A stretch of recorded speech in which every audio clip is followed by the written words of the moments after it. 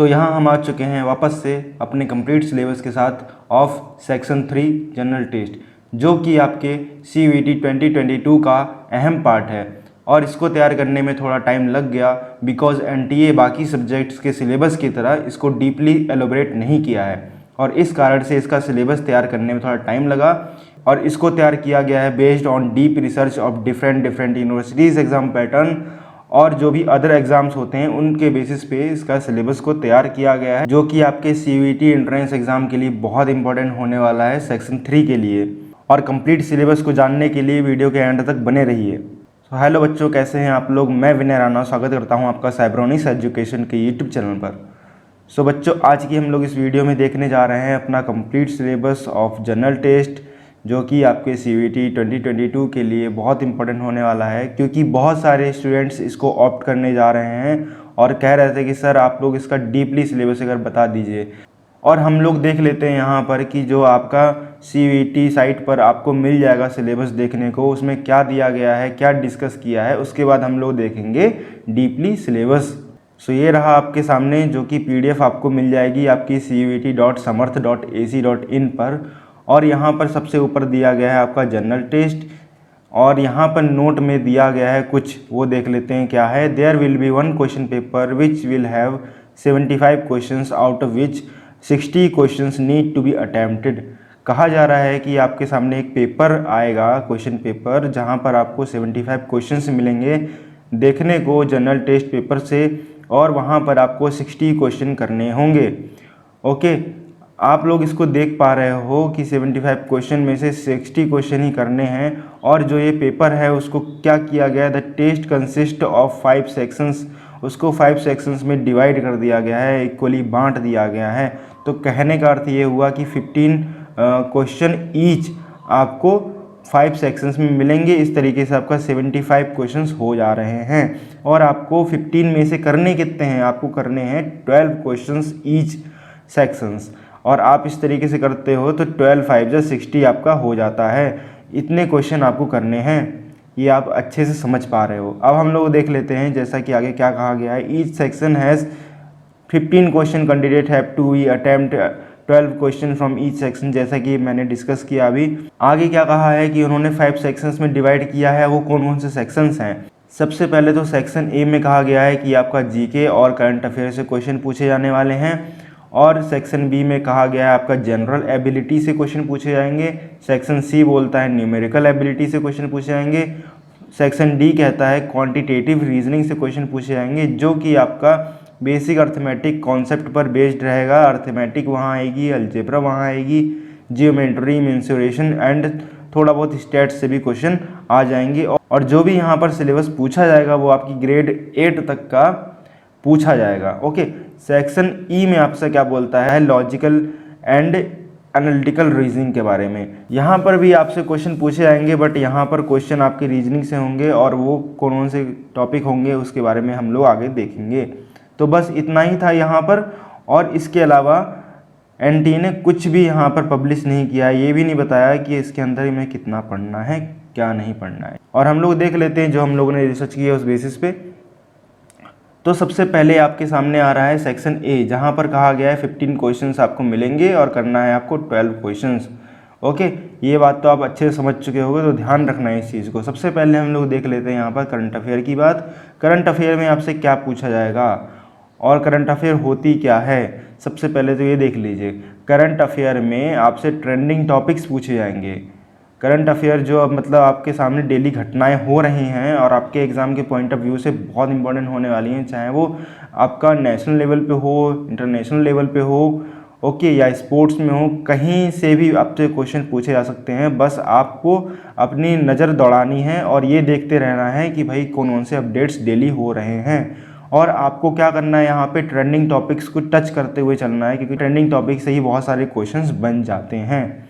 Okay, अगर हम बात करें यहाँ पर कि आपको कितना पढ़ना पड़ेगा करंट अफेयर, तो आप लोग ये जान लीजिए कि आपका एग्ज़ाम होने वाला है जुलाई में, जैसा कि कहा गया है, लेकिन ये जुलाई से अगस्त तक भी शिफ्ट हो सकता है। तो आप क्या करेंगे, यहाँ पर जैन से लेकर के जुलाई तक का कंप्लीट करंट अफेयर को आप पढ़ लोगे। जो कि आपका 6 से 7 महीने का करंट अफेयर होगा। और ये करंट अफेयर्स आपको हमारी वेबसाइट पे मिल जाएंगे, हमारे टेलीग्राम पे मिल जाएंगे। हम लोग क्या करते हैं कि जो भी महीने के 1 महीने का करंट अफेयर होता है उसको हम लोग क्या करते हैं, समराइज़ करके एक PDF में उसको तैयार करके फुल्ली एक्सप्लेन करके हम लोग उसको दे देते हैं और उससे आप लोग अपनी पढ़ाई कर सकते हैं। तो हम लोगों ने देख लिया, सबसे पहले ट्रेंडिंग टॉपिक्स को देखना है, कवर करना है, वो आपसे बिल्कुल ना छूटे। अगर हम लोग देखें यहाँ पर आगे तो वर्ल्ड इवेंट, जैसा कि मैंने बोला, आप लोगों को ध्यान रखनी है इंटरनेशनल लेवल पे भी। ऐसा नहीं सोचना है कि भाई अपना देश का ध्यान रखो उसके बाद कोई भी चीज़ें हमें नहीं देखनी है, तो ऐसा बिल्कुल गलत है। आपको बाहर की चीज़ों का भी ध्यान रखना होगा और ये सारी चीज़ें एग्ज़ाम में पूछी जाती हैं। कोई भी कॉन्फ्रेंस होती है, समिट होती है, और आगे पॉपुलर बुक्स का भी सेक्शन बहुत बड़ा है।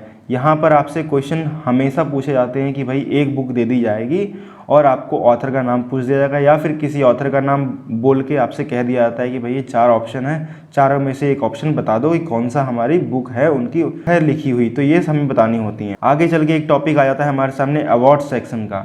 तो अवार्ड्स कितने मिले, किस किस को मिले, वो सारे क्वेश्चंस यहाँ पर हमेशा पूछे जाते हैं। तो बिल्कुल ये आप ध्यान से देखिएगा। फिर यहाँ पर आते हैं डेज एंड थीम्स। और डेज एंड थीम्स क्या है कि जो भी आपके डेज को सेलिब्रेट किया जाता है, जो भी इम्पोर्टेंट डेज है आपके इंटरनेशनल लेवल पे, नेशनल लेवल पे, उनकी थीम क्या रहने वाली है और क्यों मनाया गया उसको, ये सारी चीज़ें आपको ध्यान रखने की ज़रूरत है। ये तो रही आपके करंट अफेयर की बात। मैंने बता दिया कि 6 महीने का आप पढ़ लो और 6 महीने तक ही आपसे क्वेश्चन पूछे जाते हैं, उससे अंदर का नहीं पूछा जाता है। ये तो रही करंट अफेयर की बात, जो कि डायनेमिक होती है और हमेशा करंट अफेयर बदलता रहता है, इसीलिए कहा गया है कि 6 महीने का आप पढ़ो। अब बात आती है यहाँ पर स्टैटिक जीके की। स्टैटिक का मतलब ही यही होता है कि भाई जो बदले ना, जो जल्दी बदलता नहीं है, जिसको बदलने के लिए 20-20 साल तक लग जाते हैं, तो वो ऐसी जीके से क्वेश्चन पूछे जाने वाले हैं। और यहाँ पर आपसे क्या क्या पूछा जाता है, आपसे हिस्ट्री, जियोग्राफी, पॉलिटिकल साइंस, जो कि आप जानते हैं कि भाई ये आसानी से बदलती नहीं है। हिस्ट्री में आप देखोगे जो बहुत पहले क्वेश्चंस पूछे जाते थे वो अभी भी क्वेश्चन पूछे जा रहे हैं, जो पहले टॉपिक थे वो अभी भी टॉपिक पढ़ने पड़ रहे हैं।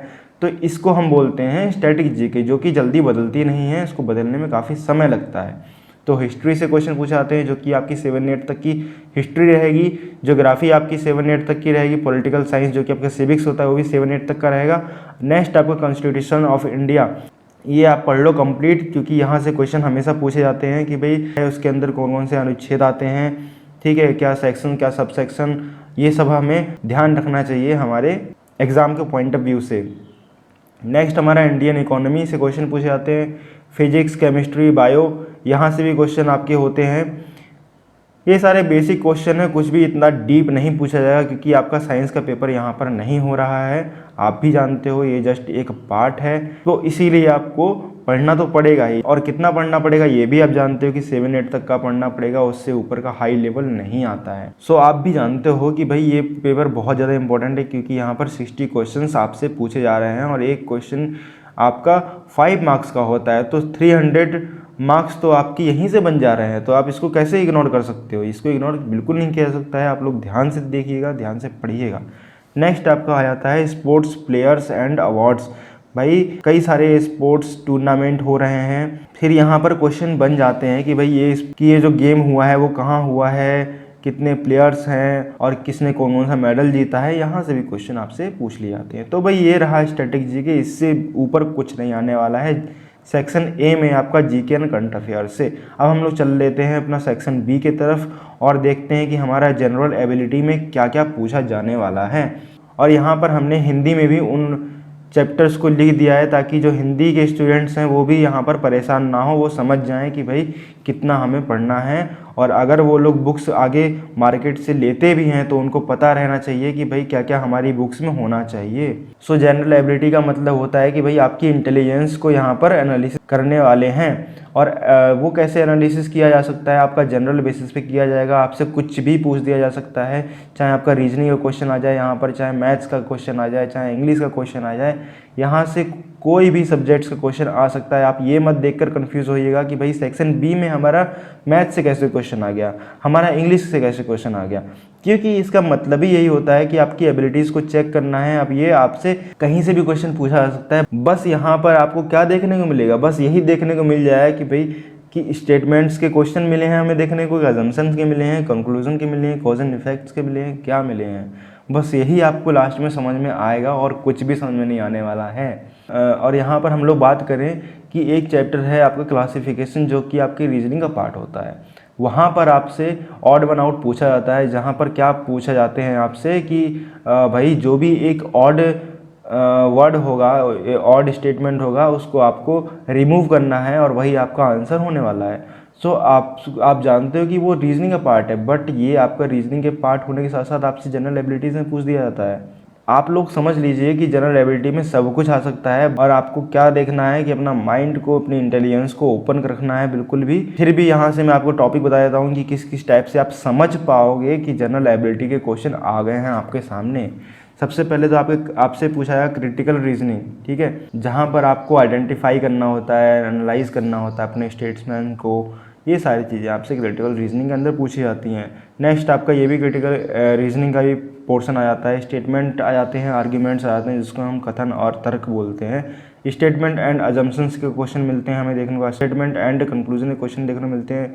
फिर नेक्स्ट आपको कॉज एंड इफेक्ट्स के क्वेश्चन मिलते हैं, कारण और प्रभाव। नेक्स्ट क्वेश्चन आके आ जाते हैं फैक्ट्स, इन्फेरेंस और जजमेंट्स। फिर आगे आपसे क्वेश्चन पूछे जाते हैं, समरी बेस्ड क्वेश्चन भी पूछे जाते हैं। एक समरी दे दी जाएगी बहुत बड़ी सी, और वहाँ पर कई सारे क्वेश्चंस दे दिए जाएंगे और आपसे पूछा जाएगा कि इन पर्टिकुलर क्वेश्चंस का आंसर क्या होता है। फिर आपके आ जाता है सेक्शन सी देखने को मिलता है, जो सेक्शन सी क्या है, न्यूमेरिकल एबिलिटीज़ है, ठीक है। न्यूमेरिकल एबिलिटीज़ और क्वान्टिटेटिव रीजनिंग, ठीक है। यहाँ पर दोनों में डिफरेंस है।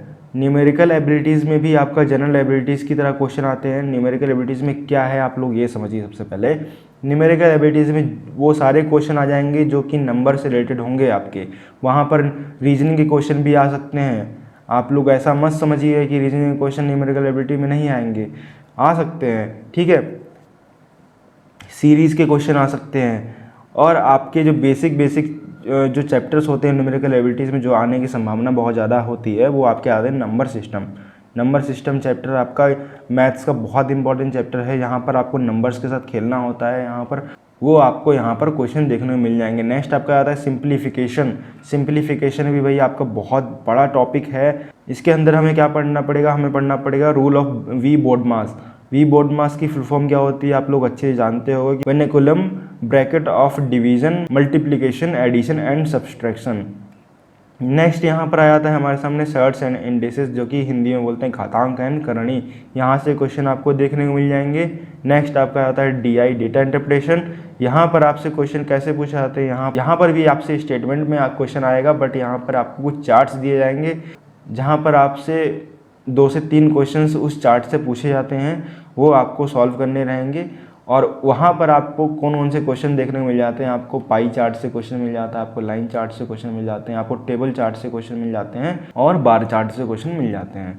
तो आप लोग इसको बिल्कुल ध्यान से पढ़िएगा। DI बहुत इंपॉर्टेंट हो जाता है आपके न्यूमेरिकल एबिलिटीज़ में। अब हम लोग सेक्शन D की बात करें, सेक्शन D पे हम लोग आ चुके हैं। फिर यहाँ से आपको 15 क्वेश्चन देखने को मिलेंगे, जो कि आपको 12 क्वेश्चन करने होंगे, तो ध्यान से आप करिएगा। सबसे पहले हम लोग बात करें कि हमारा पहला टॉपिक क्या होने वाला है, तो वो पहला टॉपिक नहीं, ठीक है, आप उसको समझ सकते हो कि आपको कैलकुलेशन कैसे करनी है। ध्यान रखना है कि कैलकुलेशन के मेथड क्या होने वाले हैं, कैसे कैसे आप लोग शॉर्ट टाइम में कैलकुलेशन कर सकते हो, यहाँ पर आपको क्वेश्चन देखने को मिलेंगे। और आपसे कहा भी गया है कि आपकी बेसिक मैथ आने वाली है यहाँ पर, arithmetic, algebra, geometry, mensuration and stats, जो कि आपकी 8th क्लास तक की होने वाली है। तो यहाँ पर आप लोग ध्यान से देखेंगे कि कैलकुलेशन करनी है आपको। नेक्स्ट टॉपिक की बात करें तो यहाँ पर आपके सामने आ जाता है एवरेज को हिंदी में औसत बोलते हैं, यहाँ से भी क्वेश्चन बन जाते हैं आपके सामने। फिर आगे LCM HCF है। नेक्स्ट आपका रेशियो एंड प्रोपोर्शन आ जाता है। नेक्स्ट आपका time and work, time and distance, percentage, simple interest, compound interest, mixture and allegation. Partnership से भी क्वेश्चन आए हैं आपके एंट्रेंस में, तो आप लोग इसको भी स्किप मत करिएगा। पार्टनरशिप के बाद आप लोग यहाँ पर इनकम एंड एक्सपेंडिचर को भी आप पढ़ सकते हो, क्योंकि यहाँ से क्वेश्चन बनते हुए आए हैं, तो आप लोग इसको पढ़ लेते हो तो आपके लिए ही ये बेनिफिशियल होगा। नेक्स्ट आपका अलजेब्रा से बेसिक फार्मूलेज आएंगे, और फार्मूला के थ्रू आपको क्वेश्चन करने को यहाँ पर कहा जाएगा। नेक्स्ट आपसे लीनियर इक्वेशन, जो कि हिंदी में रेखीय समीकरण बोलते हैं, क्वाड्रेटिक इक्वेशन, द्विघात समीकरण बोलते हैं। और आगे चलकर आपका सीरीज से भी क्वेश्चन आपसे पूछे जाते हैं अलजेब्रा में, जो कि आपकी AP, GP, HP होती है। वो क्या है भाई? अर्थमेटिक प्रोग्रेशन है, geometric progression and harmonic progression है, जिसको हिंदी में समांतर श्रेणी, गुणोत्तर श्रेणी और हरात्मक श्रेणी भी बोलते हैं। तो हिंदी मीडियम वाले स्टूडेंट इसको समझ लीजिएगा, ध्यान से पढ़िएगा। नेक्स्ट आपका आ जाता है जियोमेट्री, रेखा गणित। तो आपको यहाँ से भी क्वेश्चन पढ़ लेने हैं। यहाँ पर एक पॉइंट और है जो कि मैंने मिस कर दिया, जो कि स्टैट्स है। स्टैट से भी आप क्या पढ़ लोगे यहाँ पर बहुत ज़्यादा डीप कुछ नहीं पढ़ना है भाई, मीन मीडियन मोड पढ़ लो, काम हो जाएगा। ये भी नहीं करना है कि आपको बहुत ज़्यादा डीप क्वेश्चन पढ़ने हैं मीन मीडियन मोड के, ऐसा कुछ भी नहीं है। आप लोग जस्ट सिंपल वाले मेथड्स को आप लोग पढ़ो, उससे आपका काम हो जाएगा। वैसे भी आपको करने 12 ही क्वेश्चन है, ठीक है। तो आपका अगर दूसरा टॉपिक स्ट्रांग है तो आप लोग स्किप भी कर सकते हो किसी टॉपिक को, तो आप लोग ध्यान रखिएगा इस चीज़ को भी। नेक्स्ट आपका आ जाता है section E, logical and analytical reasoning. तो हम लोगों ने मैथ्स देख लिया, मेंटल एबिलिटीज़ देख ली, जनरल GK, करंट अफेयर भी देख लिया। अब आपके सामने आ गया है लॉजिकल रीजनिंग, एनालिटिकल रीजनिंग। यहाँ आपको क्या पढ़ना पड़ेगा? तो है यहाँ पे भी बहुत बेसिक सी चीज़ें, यहाँ पर भी आपसे इंटेलिजेंस आपकी चेक की जाएगी। सबसे पहले आपको नंबर सीरीज़ देखने को मिलेगा, जो कि आप ये मत कंफ्यूज होना कि भाई ये तो अभी मैथ्स में भी नंबर सीरीज़, नंबर सिस्टम था, यहाँ पर भी नंबर सिस्टम कैसे आ गया? तो ऐसा कुछ भी नहीं है। जैसा कि आप लोग जानते हो, यहाँ पर क्वेश्चन आपसे पूछ दिया जाए कि 2 आया, 4 आया, फिर डैश डैश करके आपके सामने क्या आएगा, फिर 10 आएगा, 12 आएगा। तो आप लोग इस तरीके से अपना माइंड लगाओगे कि भाई यहाँ जो फिल गैप है आपके सामने, वहाँ क्या भरना होगा। तो नंबर सीरीज़ में क्वेश्चन आ जाते हैं आपके रीजनिंग से। तो आप लोग कैसे कर सकते हो? यहाँ आप सब्ट्रैक्ट करके कर सकते हो ना, कि डिफरेंस क्या आ रहा है, हर चीज़ में 2 का डिफरेंस आ रहा है, तो 2 ऐड करना पड़ेगा यहाँ पर 2 माइनस करना पड़ेगा, तो 6 और 8 इस तरीके से क्वेश्चन बन जाएंगे। ये आपको ध्यान रखनी है। तो ये आपको नंबर सीरीज़ देखने को मिल जाएगी, अल्फ़ाबेटिकल सीरीज़ भी मिल जाएगी, आपसे पूछा जाएगा, ये भी ध्यान रखिएगा। आपका ब्लड रिलेशन का क्वेश्चन आपसे पूछ दिए जाते हैं, बहुत इंपॉर्टेंट है। तो हर पेपर में आपसे पूछा जाता है। यहाँ पर कोई भी आपका रिलेशनशिप पूछ लिया जाएगा और आपसे कहा जाएगा कि भाई अब ये रिलेशन इसका बन रहा है, तो इसे हम क्या बोलेंगे, क्या रिलेटिव हमारे सामने आएंगे। तो भाई ये आपका फैमिली ट्री के थ्रू होता है, लेकिन हम लोग इसकी भी क्लासेस आपके लिए यूट्यूब पर ले आएंगे। आप लोग समझ जाओगे, एक वीडियो में पूरा कंप्लीट ब्लड रिलेशन समझ जाओगे और आप कहोगे कि भाई ये तो बहुत इजी निकला हमारे सामने। हालांकि इसको लोग समझा नहीं पाते हैं, तो वो बहुत ज़्यादा कंफ्यूजिंग भी हो जाता है, ठीक है। लेकिन आप लोग यहाँ पर इसका कॉन्सेप्ट यही है कि आप लोग फैमिली ट्री बनाइए, ज़्यादा समय नहीं लगता है। जो क्वेश्चन में बोलते हैं आप वैसा वैसा वहाँ पर ड्रॉ करते रहिए, आपके सामने पूरा वो आंसर आ जाएगा, ठीक है। नेक्स्ट आपका, जैसे मैंने बोला था कि ऑड वन आउट से क्वेश्चन आते हैं, जो कि आपका क्लासिफिकेशन के पार्ट हैं। एनालॉजी भी वहीं से आपसे पूछा जाता है। इसका ऑड वन आउट का मुझे हिंदी नहीं पता था, तो आप लोग माइंड मत करिएगा कि भाई इसका आंसर, इसका हिंदी नहीं बताया, तो क्योंकि मुझे भी नहीं मिला है इसको नेट में क्या बोलते हैं, तो इसीलिए मैंने इसको यहाँ पर लिखा नहीं है। एनालॉजी को हम लोग समानता बोलते हैं। कोडिंग डिकोडिंग से भी क्वेश्चन आते हैं। यहाँ पर सांकेतिक भाषा इसको मैंने बोला है, लिखा है हिंदी में। तो कोडिंग डिकोडिंग से क्या मतलब होता है कि कोई भी एक सेंटेंस दिया जाएगा या कोई भी एक वर्ड दिया जाएगा, उसको अलग नाम से जनरेट कर दिया जाएगा कि ए को उन्होंने 1 बोल दिया, बी को उन्होंने 2 बोल दिया, फिर आपको दे देगा एक नया वर्ड कि भाई अब आप इन्हीं कोड से नया एक कोड बनाओ। तो ये सारी चीज़ें रहेंगी आपके सामने। फिर डायरेक्शन आएगी, आपसे कहा जाए कि एक पर्सन है, वो लेफ़्ट गया, फिर राइट गया, फिर वापस आ गया यू टर्न लेके, तो अब वो कौन सी दिशा में है। इस तरीके से आपसे क्वेश्चन पूछ दिए जाएंगे। क्लॉक से क्वेश्चन पूछ जाएंगे कि भाई इस समय 8 बज रहा है, और आप लोग अगर इसको शीशे के सामने रखते, मिरर के सामने रखते, तो भाई 8 आपको कैसा दिखेगा। आपकी सुई जो आपको लेफ़्ट साइड में 8 बजा रही थी, वो आपका राइट साइड में दिखाएगी, तो कितना बजेगा आपका, 4 बजेगा कि क्या नाम है 2 बजेगा। इस तरीके से क्वेश्चन पूछे जाएंगे। बहुत इंटरेस्टिंग टॉपिक्स आपके हैं रीजनिंग में, आप लोग इसको पढ़ोगे तो बिल्कुल मज़ा आ जाएगा, ठीक है। नेक्स्ट आपको कैलेंडर का क्वेश्चन आता है। कैलेंडर से भी ऐसे ऐसे क्वेश्चन आते हैं कि आप लोग देख के दंग रह जाओगे, और आते भी बहुत सिंपल हैं। जैसे कि आप लोग जानते हो, आपकी डेट ऑफ बर्थ जो भी हो XYZ, तो आप लोग से कहा जाए कि भाई जो भी आपकी डेट थी, डेट ऑफ बर्थ की, उस समय कौन सा दिन था आपका, आप किस दिन पैदा हुए थे, तो आपको डेट पता होगी, उसका ईयर पता होगा, एग्जैक्टली वो दिन पता नहीं होगा तो वो कौन सा दिन था। तो यहाँ से वो क्वेश्चन भी आप निकाल सकते हो। आप ज़रूरी नहीं कि अपने डेट ऑफ बर्थ का ही निकाल पाओ, आप हर एक इवेंट का निकाल सकते हो। वो पर्टिकुलर दिन, चाहे आप 15 अगस्त की बात करो, चाहे 26 जनवरी की बात करो, आप लोग हर किसी एक डेट का दिन निकाल सकते हो। तो वो क्वेश्चंस आपके कैलेंडर से ही पॉसिबल हो पाते हैं। नेक्स्ट आपका आता है सीटिंग अरेंजमेंट। सीटिंग अरेंजमेंट में भी आपसे क्वेश्चन पूछे जाते हैं, रैंक्स एंड ऑर्डर्स के भी क्वेश्चन आपसे सीटिंग अरेंजमेंट से पूछे जाते हैं। नेक्स्ट आपका आता है टॉपिक नंबर 11 सिलोजिज्म। तो सिलोजिज्म भी आपका बहुत इंपॉर्टेंट टॉपिक हो जाता है, वो आपको डीपली पढ़ना होगा, ठीक है। तो यही आपके सामने जो थे टॉपिक थे, बहुत ज़्यादा इंपॉर्टेंट हैं, आप लोग इसको स्किप मत करिएगा। एक भी चीज़ें स्किप करते हो तो भाई आपके ऊपर रिस्क आ जाएगा अगर आप लोग CUET का जनरल टेस्ट को अटेम्प्ट कर रहे हो तो। और मुझे नहीं लगता ये कोई बच्चा ऐसा है जो जनरल टेस्ट को स्किप कर रहा होगा। हर एक यूनिवर्सिटी ने जनरल टेस्ट को मांग रखा है, हर यूनिवर्सिटी चाहती है कि आप लोग जनरल टेस्ट को अटेम्प्ट करके आओ, आपकी इंटेलिजेंस उनको पता चल पाएगी, ठीक है, कि आप लोग कितना स्कोर कर पा रहे हो, आप अपने इंटेलिजेंस का कितना यूज़ कर पा रहे हो इस पेपर में।